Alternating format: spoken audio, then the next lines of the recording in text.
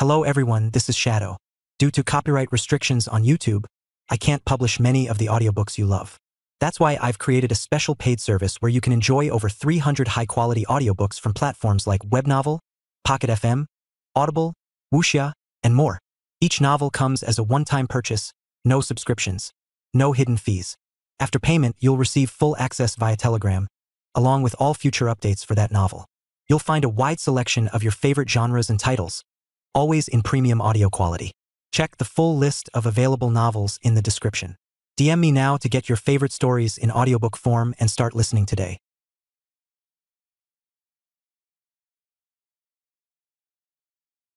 Chapter 7292. The Sigma Drift. After Jovi Armelon exposed the intention to test the pilot breakthrough elixir in the upcoming decisive battle, he brought VS down to the mech workshop where a brand new mech had been placed. VS had seen his fair share of RA mechs. They came in numerous different shapes and sizes, but often conformed to a set of common standards per product and quality tier. The mech that Jovi's supply fleet had delivered to the Blue Jay fleet was clearly a cut above a regular RA first-class multipurpose mech. The mech technicians surrounding the advanced machine behaved as if they received a great privilege. Their fanatical expressions and their slow but deliberate actions made it seem as if they were paying tribute to an excellent creation. They had good reasons to behave in this manner. A masterwork, VS uttered. He was no stranger to masterwork mechs, but he did not have that much exposure to high-quality works of other mech designers. Every creator possessed his or her own style. Whoever designed and fabricated the RA mech before him clearly possessed a certain flair. The mech possessed a predominantly yellow coloring and maintained a relatively sleek but elegant appearance. The limbs looked a little disturbing. The machine surprisingly possessed 4 legs. VS wondered why there was a need for them when a single pair of legs could do the job. VS hesitated to call it a true quadruped mech. Its lower limbs were shaped like flexible segmented tentacles. None of them appeared to be particularly thick. Its movement on a surface may cause people to develop odd ideas. What was important to note was that the legs did not appear to be designed for locomotion alone. VS could spot energy weapon hardpoints near their ends. This should enable the mech to flexibly launch energy attacks in every direction. The arms possessed their own quirks. They were longer and thicker. They could probably exert a lot more force. They looked ideal for wielding melee weapons, but they could also be used to carry a big cannon. The only problem was that the limbs did not appear to be designed according to human dimensions. The unconventional limb structure and proportions imposed an unnecessary burden on the mech pilot. No average individual would be able to pilot this monstrosity. Even first-class mech pilots who possessed excellent genetic aptitudes and had undergone rigorous training and augmentations would struggle to harness the power of this custom mech. Yes, VS recognized that this masterwork mech had clearly been designed to cater to a single specific mech pilot. Even if he was only able to peek at its exterior, VS had worked alongside Gloriana long enough to detect hundreds of small design choices that usually spoke to designing a mech for an individual rather than a broad audience. The differences were extremely obvious to a mech designer who could distinguish these details. VS continued his visual inspection. The convex and almost triangular-shaped torso also possessed its own inhuman quirks. It was clearly designed to support the unusual limb structure and likely possessed multiple smaller mech engines as opposed to a single big one. It was also designed to accommodate the 3 energy weapon hardpoints in its chest. He was not able to recognize the specific energy weapon type, but he could clearly see that they were likely particle weapons rather than directed energy weapons. They did not appear to be plasma weapons, but rather a more exotic weapon system. The head topped off the inhuman machine. It did not look remotely human. Not only did it possess a strange pyramid shape, a large eye-like sensor system covered each of its sides. Furthermore, the top of the head also sprouted 9 proportionately thick tentacles, making it seem as if the pyramid head possessed a ponytail-like hairstyle.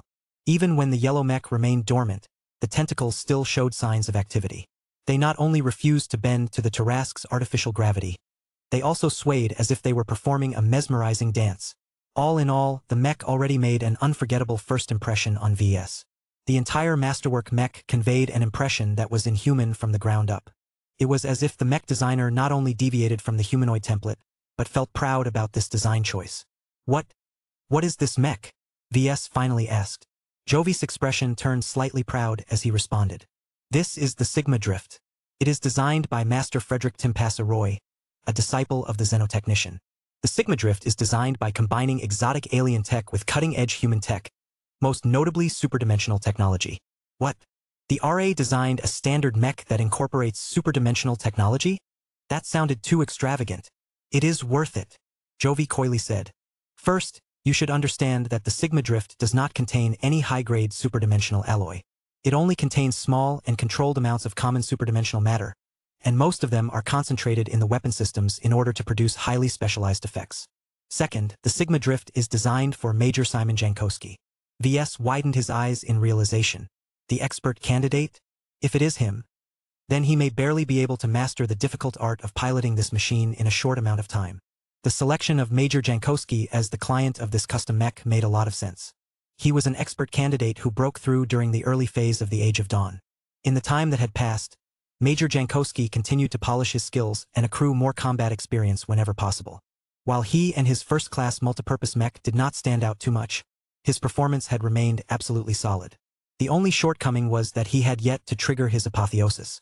As far as expert candidates went, it was not unusual for them to wait years or even decades to make the next step.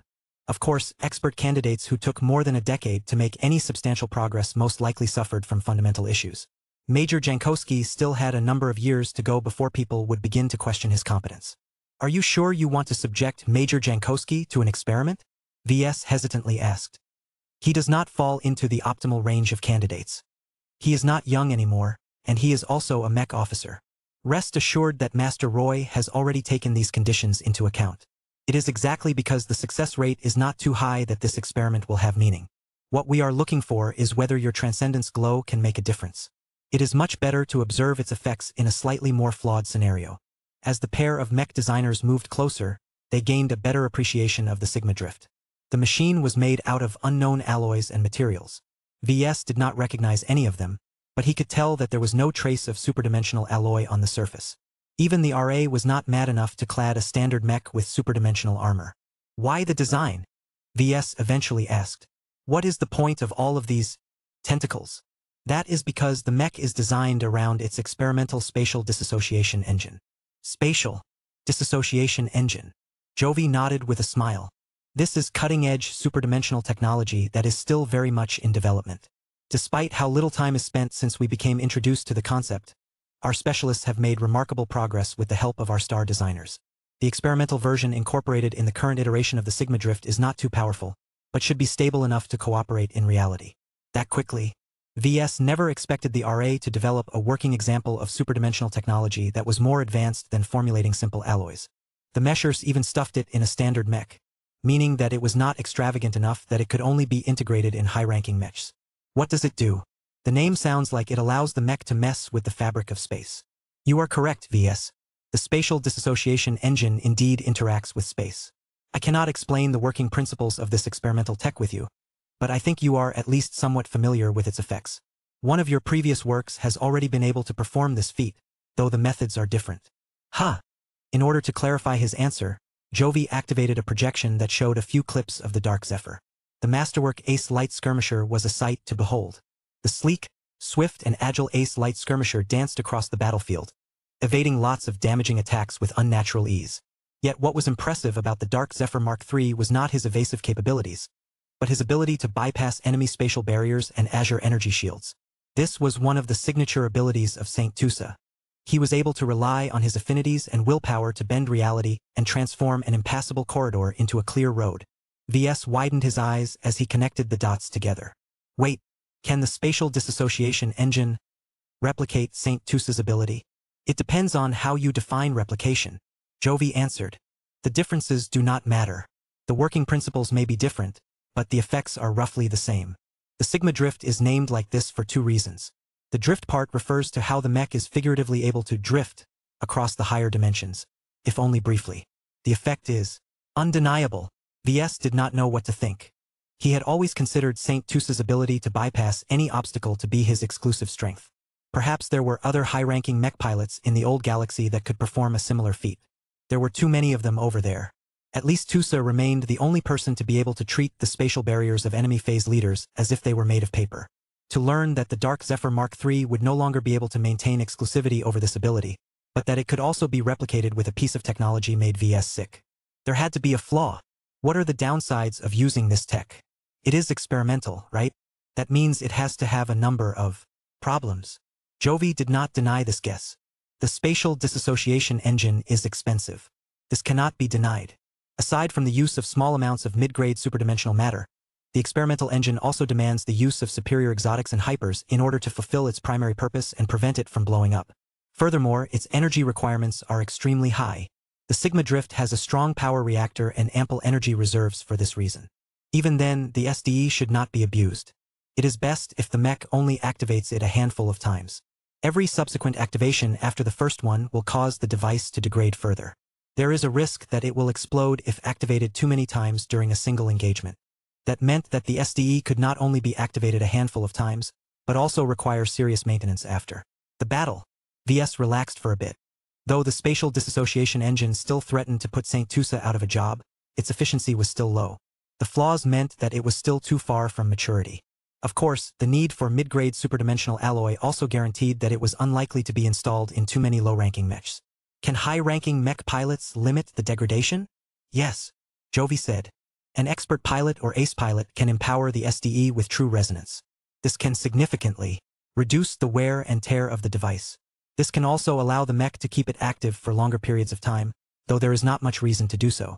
It is still best to keep its activation time as short as possible. More chapters in Buyer's Club for TMT. Chapter 7293.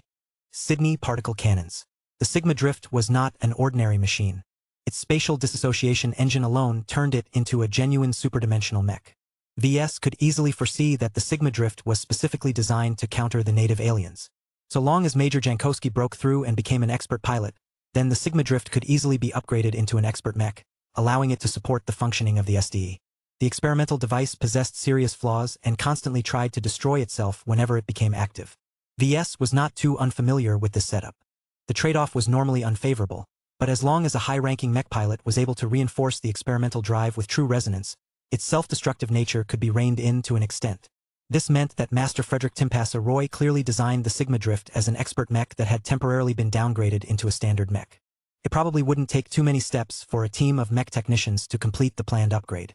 He knew that because he and his wife had adopted the same approach for the Dark Zephyr Mark III and the Riot Mark III. VS suddenly realized that he had underestimated the importance of the Sigma Drift. It was not just a machine used to test a single theory. It was a true experimental platform that was filled with cutting-edge technologies from beginning to end. He could understand the intention behind its design. The Sigma Drift represented a departure from the old style of mechs. The concept behind the mech was to present a bold new vision for the future of high-end mechs.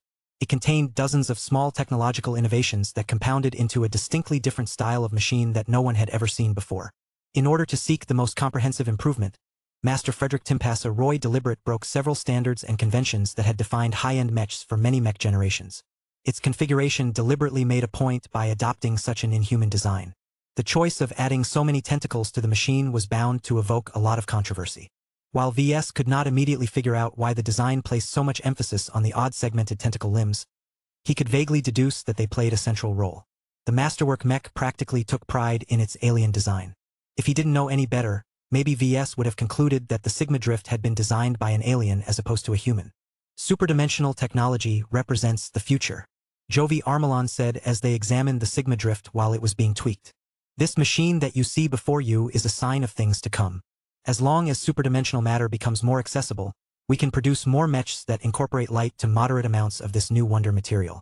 We do not necessarily need the most valuable armor-grade and weapon-grade superdimensional matter to revolutionize our high-end mechs. The most ideal solution is to learn how the native aliens are able to obtain their own stock of superdimensional matter. The survivalist mech designer couldn't help but hint towards the important mission that he wanted to issue to VS. The strategic importance of finding out the source of alien-grade superdimensional matter was extremely high. No matter whether the phase whales managed to produce it on an artificial basis or robbed the ancient graves of the so-called elder gods, Red humanity needed it more. As VS continued to examine the RA Masterwork mech, he carefully issued his response. Superdimensional technology is but one of numerous possible solutions. As powerful as it may be, it is not a material that the grassroots soldiers can easily access. I still think that the focus of the mech industry should be placed on hypertechnology and e-technology. Both disciplines are derived from one of the most abundant sources of power in the current age, E-energy radiation. The native aliens may have been able to copy our Azure energy shields and other tech, but there are design applications that they can never replicate. With Carmine mechs and companion spirits, our race can continue to build up our technological lead. Every mech pilot benefits, not just the champions who can receive a custom mech that contains innovative superdimensional tech. Though superdimensional technology had definitely become the next hot trend, VS mentally categorized it into an even narrower box than phase water technology. When it came down to it, both technologies were limited by the scarcity of their key materials. Although VS had long moved past the point where he had to beg and scrape to obtain just a single handful of phase water or superdimensional matter, he had not forgotten about the needs of the masses. His incredibly popular Yellow Jackets were doing their jobs of giving norms a chance to fulfill their long-held dreams of piloting their own mechs. But there was only so much they could do on the battlefield. Their economical designs severely limited their combat power. Outside of luxurious third-party variants, the Yellow Jackets were only good as cannon fodder on most large-scale battlefields. It was not that VS deliberately wanted to weaken the Yellow Jackets. He just considered that if he wanted to introduce the revolutionary Carmine system to Red humanity, it would be best if he targeted the bottom segment of the population first. Perhaps many entrepreneurs would have tried to milk Carmine mechs for all that they were worth and start by targeting the top segments before the others, but that did not serve the interests of human civilization. The demand for Carmine mechs was too overwhelming. Leaving too many people frustrated would only cause them to develop the impression that the Carmine system was a rich person's toy. Given the material limitations of superdimensional technology, VS knew that it could never support the backbone of the mech community. He still believed that it was better to spend his time and energy on figuring out better ways to exploit E-energy radiation. Still, these philosophical musings did not prevent him from sincerely admiring the Sigma drift. Jovi said as he gestured towards the bottom tentacles. These limbs not only act as legs, but they are also integrated with Omega laser hardpoints. As long as the mech pilot is able to control them well enough, they can aim and fire powerful Omega laser beams in every direction. While the penetration power of Omega laser weapons is excellent, they can also be scaled down and used to clear out cannon fodder. VS was already somewhat familiar with Omega laser weapons. The Premier fleet still fielded a notable complement of Omega threshers. This allowed him to familiarize himself with both its strengths and weaknesses. The efficiency of an Omega laser weapon is not too great even if you dial it down to the lowest power setting, but even then the results are not too great. This is a weapon system that is much more suited to employ against the native aliens. Jovi nodded. We cannot deny that the Sigma Drift was conceived before the Day of Pestilence, but do not forget that the Sigma Drift is still a multipurpose mech. It must be versatile enough to adequately respond to any situation. Mutated Vorbugs are tricky and difficult to defeat entirely, but the Sigma Drift should still have the capabilities to defeat them on the battlefield. The Goliath Hive is an especially helpful adversary for us as its princess is developing plenty of Goliaths to temper the mech pilot's skills. A complex expression appeared on V's face. He did not entirely buy into Jovi's explanation. What else? Well, the Sigma Drift's hands can carry a large variety of handheld weapon systems. Jovi explained. We have already brought along a small collection of ranged and melee weapons that are suitable to be used against both the native aliens and the mutated Vorbugs. In the current situation, it is best for the mech to wield a plasma weapon when fighting against a Goliath and a high-capacity flamethrower when fighting against Vorbug swarms. This was a relatively decent selection. The problem was that both weapon systems consumed a lot of resources. The plasma weapon would definitely drain a lot of energy while a flamethrower could only be used so long as there was enough fuel in the tank. VS already noted the presence of an energy link transceiver on the upper rear of the mech, so the Sigma Drift should not have to worry about exhausting its energy reserves too soon.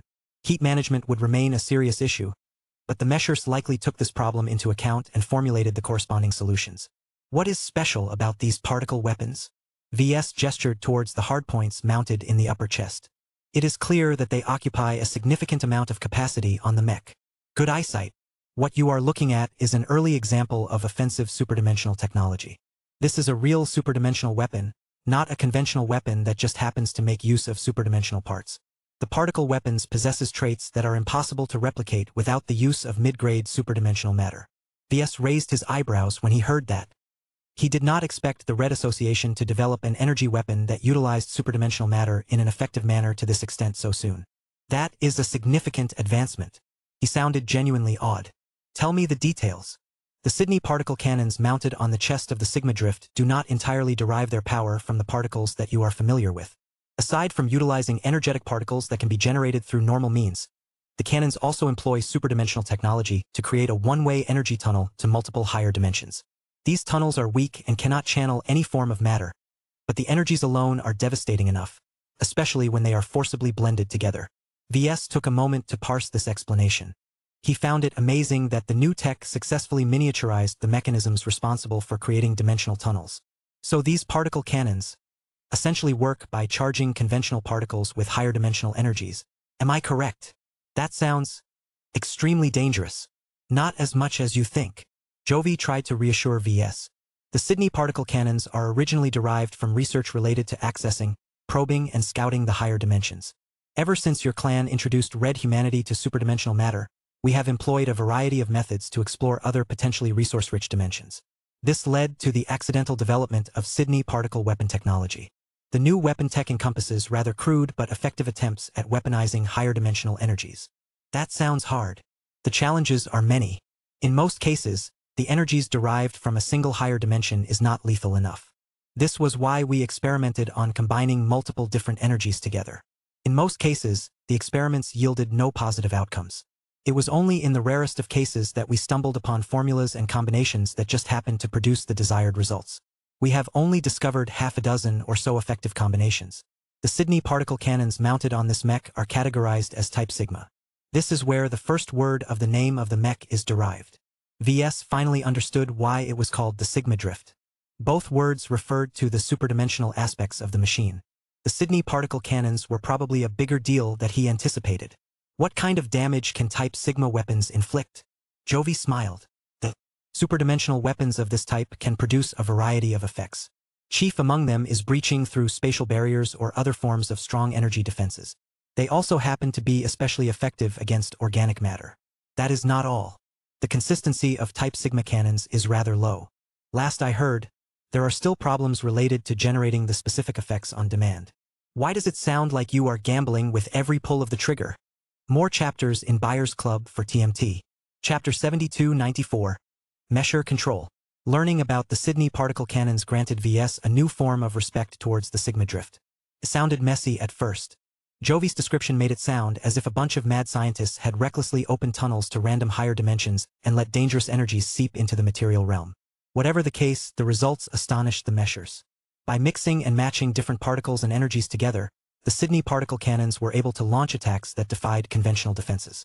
No matter whether they struck energy shields, armor, or organic tissue, none of them remained unscathed. Even Jovi struggled to explain the mechanisms behind the new attacks. The effects of these mixed particles are difficult to describe. They gain properties that allow for attacks to bypass existing defenses. Think of a two-dimensional battlefield where an attack suddenly makes use of the third dimension to bypass existing obstacles. We have already discovered multiple patterns that can enable attacks to bypass most energy shields. Aside from that, the mixed particles are also capable of producing violent new reactions. We can exploit that to make the particles more deadly and explosive. Type sigma cannons particularly stand out for its effectiveness against nearly any kind of enemy. It also sounds inefficient. VS voiced his own thoughts. Your description leaves me with little doubt about the threat posed by these Sydney particle cannons. What I am wondering is how efficient they are. I don't know what kind of superdimensional wizardry you pulled off, but I very much doubt that the systems responsible for generating it all can sustain this activity for long. The Sigma Drift was undoubtedly an energy-hungry machine. Its spatial disassociation engine and its various weapon systems all demanded a lot of power, so much so that it was difficult to expand the arsenal of the custom mech. The Sydney particle cannons and Omega laser weapons pretty much constituted the main offensive options of the Sigma Drift. Sure, the alien-like mech also possessed a pair of articulating hands that could carry all kinds of external equipment, but aside from that, the Sigma Drift was clearly designed around the use of its integrated energy weapon systems. Such a mech naturally demanded a lot of power.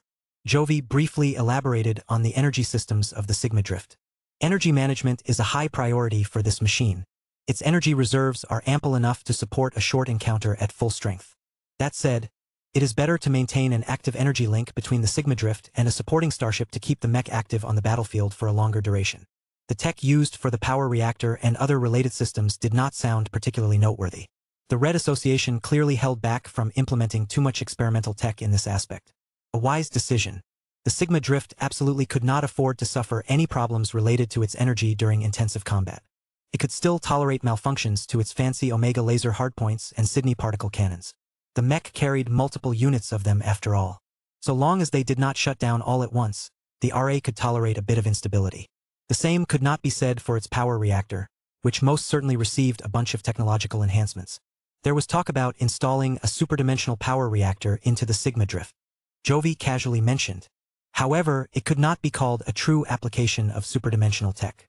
It merely incorporated small amounts of common superdimensional matter to strengthen the containment and heat tolerance of the most important components. This would have increased the fault tolerance and overload limitations of the reactor, but left its overall output virtually untouched. Master Frederick Roy eventually rejected this upgrade. This will leave room for a major upgrade in the future. VS picked up an important implication from these words. Will the association retain control of the Sigma Drift? Naturally. Jovi looked at his friend as if he had asked a particularly dumb question. Just because we are inviting you to participate in this experiment does not mean we are putting this machine in your care. Master Roy is still in charge of this machine, even if he can only upgrade it by remote. I will personally be taking care of any maintenance and upgrade tasks. I may invite you to help me complete these tasks, but only if I have permission. A part of VS felt disappointed. He thought that he would gain more control over the Sigma Drift, especially now that it was effectively at his disposal. Jovi's words reminded VS that the Blue Jay fleet was not in fact under his control. He could only influence it so long as the Mechers, Fleeters or Collies did not object to his decisions. Possession of warships such as the Tarask and Mechs such as the Sigma Drift still remained in the hands of the Red Association. VS could not arbitrarily modify their structures or add any random upgrades. Jovi moved on to explaining the remaining functions of the custom mech. There is nothing particularly special about the sensor systems, communication systems, flight systems, and armor systems. He noted. They are certainly high-end and designed to conform to the standards of an expert mech. But that is all. Part of their more advanced functions are locked so long as Major Jankowski has yet to advance to the rank of expert pilot. So long as the experiment is successful, we can easily remove the locks and grant him access to more advanced and intensive data and control functions. The Sigma Drift was clearly oriented towards offense and unconventional mobility. It excelled in mid-range combat but was no slouch at closer ranges as long as it carried a powerful melee weapon. Its integrated weapon systems did not particularly excel at longer ranges due to their lack of precision, but that was okay. This is an excellent solution against the native aliens, VS remarked.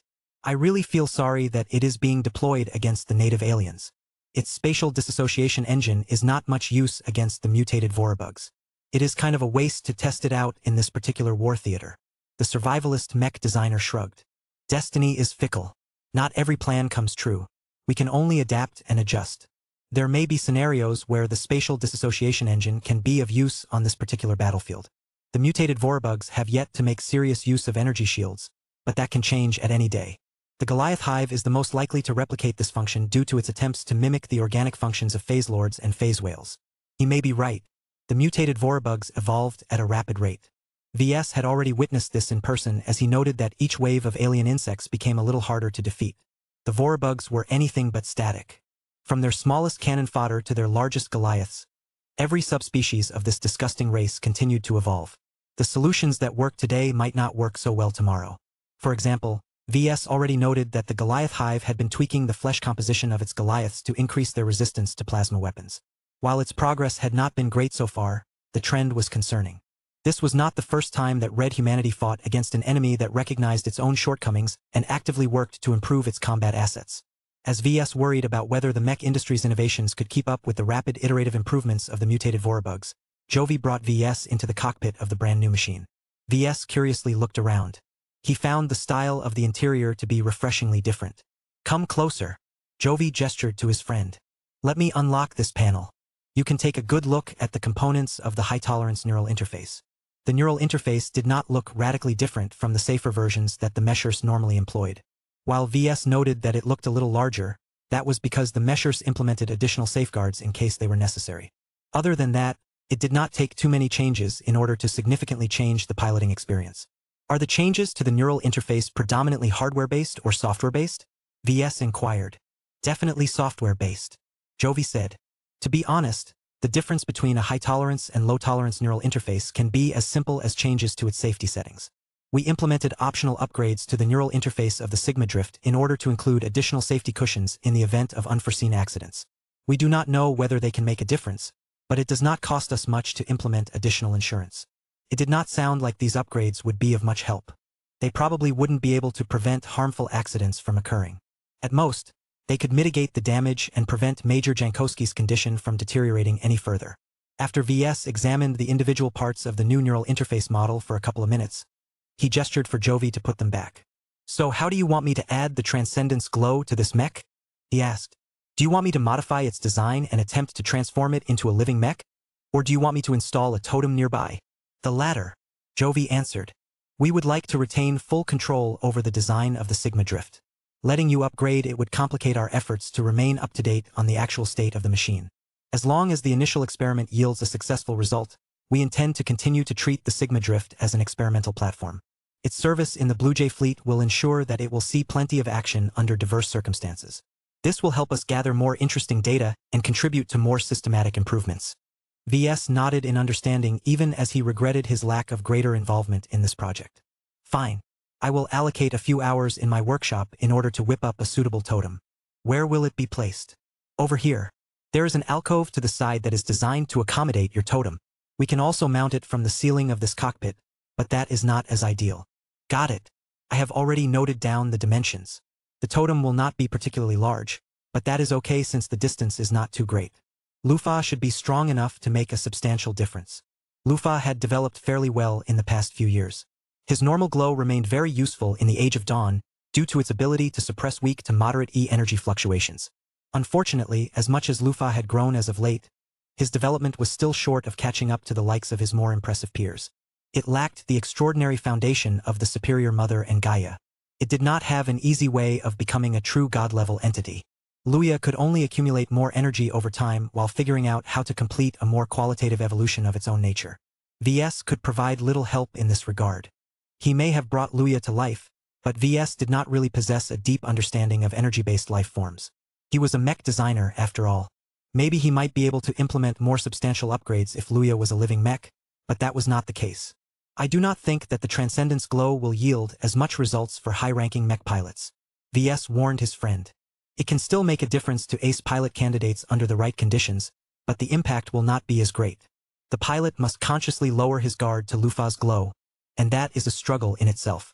In my opinion, it is just icing on the cake. Understood. More chapters in Buyer's Club for TMT. Hello everyone, this is Shadow. Due to copyright restrictions on YouTube, I can't publish many of the audiobooks you love. That's why I've created a special paid service where you can enjoy over 300 high-quality audiobooks from platforms like Webnovel, Pocket FM, Audible, Wuxia, and more. Each novel comes as a one-time purchase, no subscriptions, no hidden fees. After payment, you'll receive full access via Telegram, along with all future updates for that novel. You'll find a wide selection of your favorite genres and titles, always in premium audio quality. Check the full list of available novels in the description. DM me now to get your favorite stories in audiobook form and start listening today.